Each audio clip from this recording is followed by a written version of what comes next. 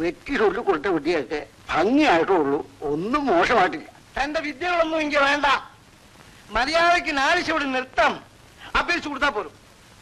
അല്ല, വേറെ ദുരുദ്ദേശത്തോടു കൂടിയാണ് വന്നതെങ്കിൽ തന്റെ തോളിൽ തലയിരിക്കുന്നതിന് പകരം എന്റെ തകരായിരിക്കും ഇരിക്കുക. അത് ഓർമ്മിച്ചോളൂ. നിങ്ങൾ എന്താണ് നമ്മളെ പറ്റി ഇങ്ങനെയൊക്കെ പറയുന്നത്? നമ്മൾ യാതൊരു കളങ്കവുമില്ലാത്ത ശുദ്ധ ബ്രാഹ്മണനാണ്. തരും തരും. അതിനാലാണ് ഉമക്ക് ശിങ്കാരപ്പെട്ടാൽ എന്റെ പേര് വന്നത്. ശുംഭർ. അസൂയ കൂട്ടങ്ങള് വെറുതെ പറയുന്നതല്ലേ സ്വാമി?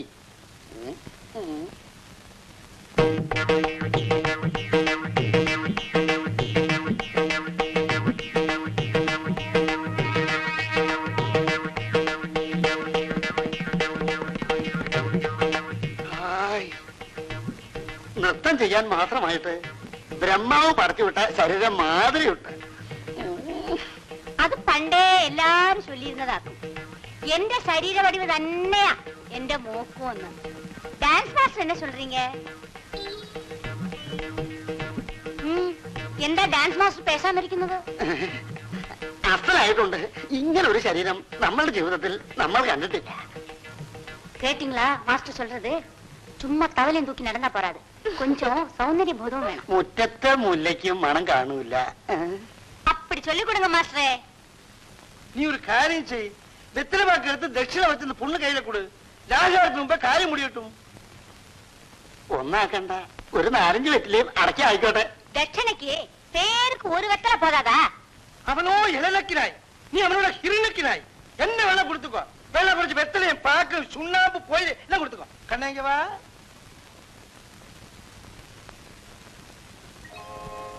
സാക്ഷാൽ മൂകാംബിക ദേവിയെ മനസ്സിൽ ധ്യാനിച്ച് അന്ത പാതാര വൃന്ദങ്ങളിലെ ഗട്ടിയാ പിടിച്ചുക്കോ. പോമാ.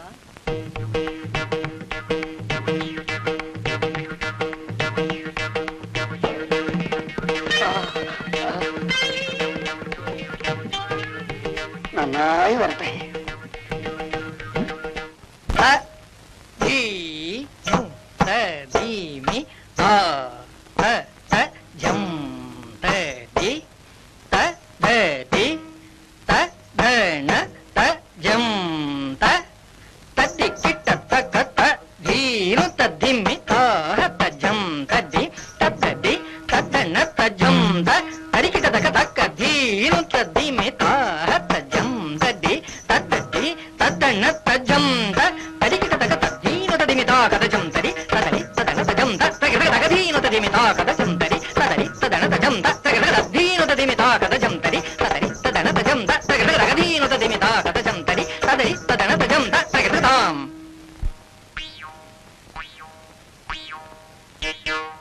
ഏയ് അങ്ങനെയല്ല,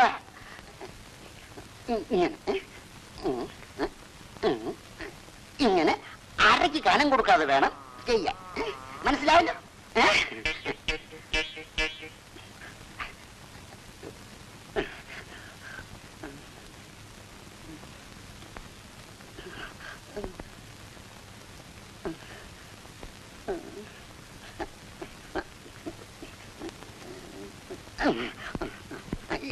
ഇനി തുടങ്ങിക്കോ, നമ്മൾ നോക്കട്ടെ.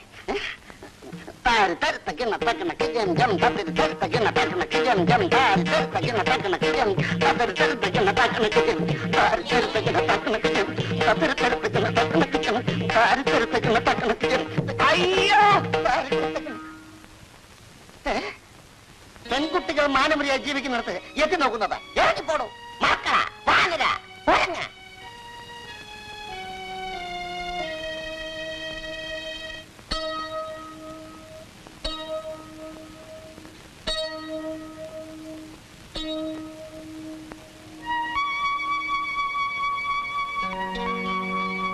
എടോ, താൻ ധൈര്യമായിട്ടിരിക്കേ.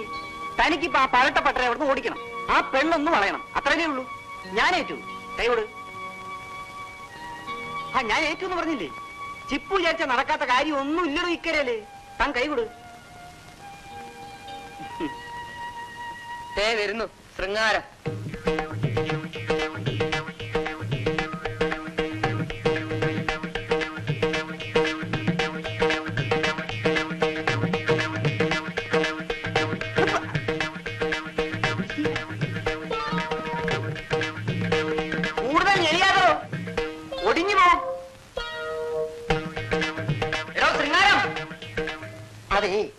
തന്തയാ. എടാ ഞങ്ങളുടെ വാവും പൂക്കും.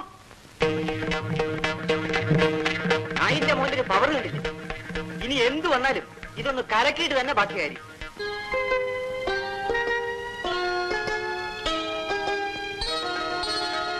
നീ കേറിക്കോ.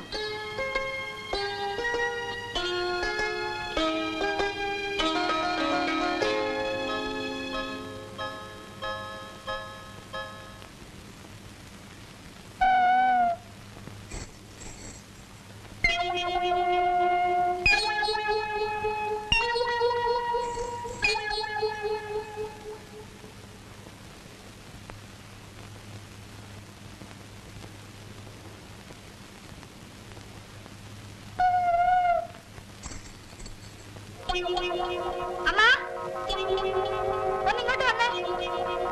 ചുപ്പു ഓടിക്കോ ഓടിക്കോ. ഭദ്രകാളി വരുന്നടാ. വേഗം പറ.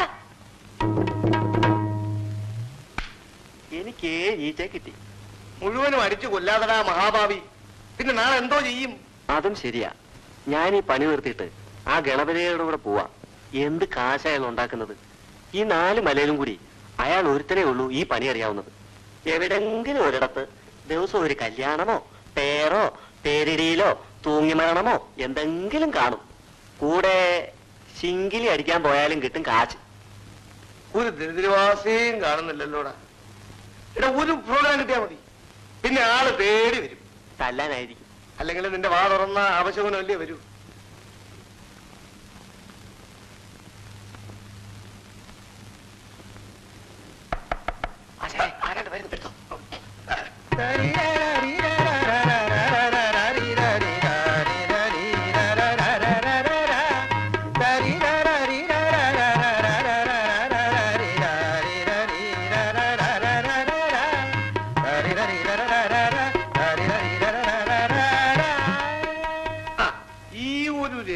വരുമ്പോ നീ അങ്ങ് അറിഞ്ഞ് വായിച്ചേക്കണം. കൈകടിയിട്ടുന്ന സ്ഥലമാ. മാസ്റ്ററെ ഞങ്ങൾ ബാലെ ബുക്ക് ചെയ്യാൻ വന്നതല്ല.